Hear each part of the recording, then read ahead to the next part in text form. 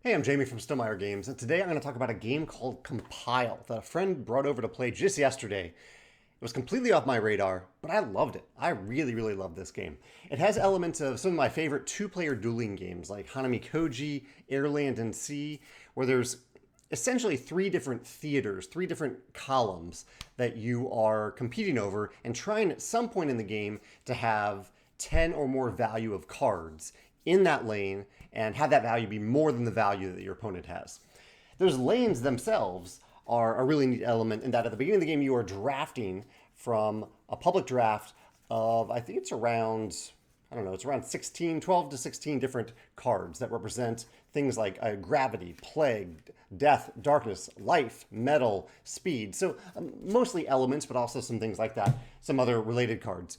And you get, based on the three that you draft, so if I draft gravity, plague, and life, then I will gain a set of, I believe it was 6 cards for each category. I'll shuffle all those cards together to form my deck. So right off the bat, there's this nice asymmetrical element to what my deck is. I'm trying to pair together cards that I think will be synergistic with each other. And a nice little reference on these cards. Really, the entire game is beautifully, the product design is beautiful. It shows you here on the card on the drafting side the types of cards that you might find in that deck. So you don't need to look through the cards to determine exactly what they are. It says here that life is good at flipping, top deck play, and draw. And plague is about forced discard and flipping. So there are a few different words that will be repeated across these different elements, these different categories. One of the product design too thing that I want to mention is that the cards themselves. So here's a plague card right here. The back of the card, I don't know if you can tell, but these are plastic cards, so no need to sleeve them. The back of the cards are smooth. It feels almost like paper, but the front of the card is a completely different texture and it has foil on it. And so just by feeling a card, you can tell which side of the card is the front or the back. Not that that really matters in the game, but it just feels really good to touch and have these cards in hand. Really, really good. Really beautiful product design on these cards. But the main thing that I want to focus on is the different levels of the cards. Because on a standard set of cards, let's see if I can get most of the plague cards right here. Here's most of them. Here are 5 of the plague cards, and you can see they're numbered 1, 2, 5, I believe. Yeah, these are a little out of order, but that's what they're numbered. And they have different abilities on them. So for the lower, as I mentioned, you're trying to have at least 10 or more strength in a column. And so if I am playing one of these cards into the plague column, so where I had that plague card that I drafted, then I can play it face up or face down. Face up means I get to trigger these abilities on here. If I play it in another column, I have to play it face down, which is worth 2. All the cards have 2 on the back. And as I mentioned, you're trying to have 10 strength or more in that column. So the higher value cards, like the 5 here has a comes into play ability, or really a when exposed ability of this center area right here that says discard a card. You discard a card. So it's a bad thing. It's something that you don't want to do. You're having to get rid of a card, but you're putting a 5 value card on there. So give and take here. There's a nice balance. High value card, but there's a downside to it. This is the parity I'm talking about.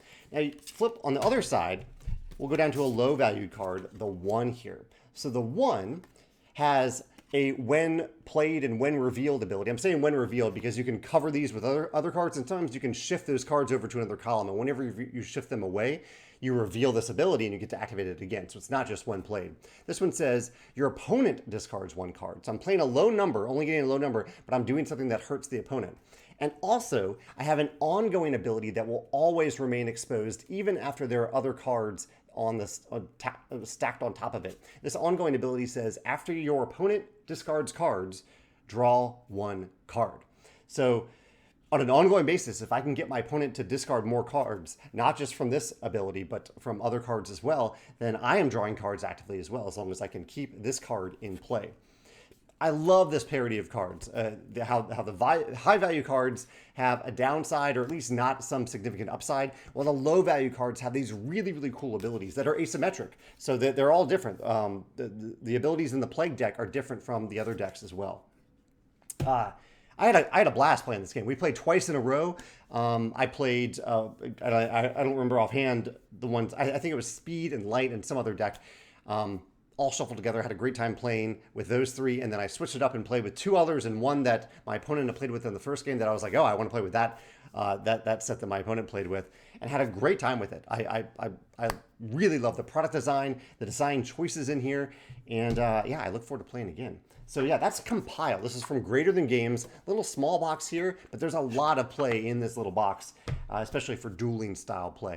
And there's nothing to collect here either. Everything is included in the box. This isn't a collectible card game. This is just, you get the whole game with a ton of variety out of the box. So yeah, Compile. Those are my thoughts here. I'd love to hear your thoughts if you've played this game or if you've played any other games like this that have really good numerical parity, or really good strength levels in the game itself. And actually, before I go, I should mention that I didn't show any cards that had a bottom ability. There are some that have bottom abilities. Yeah, here's one.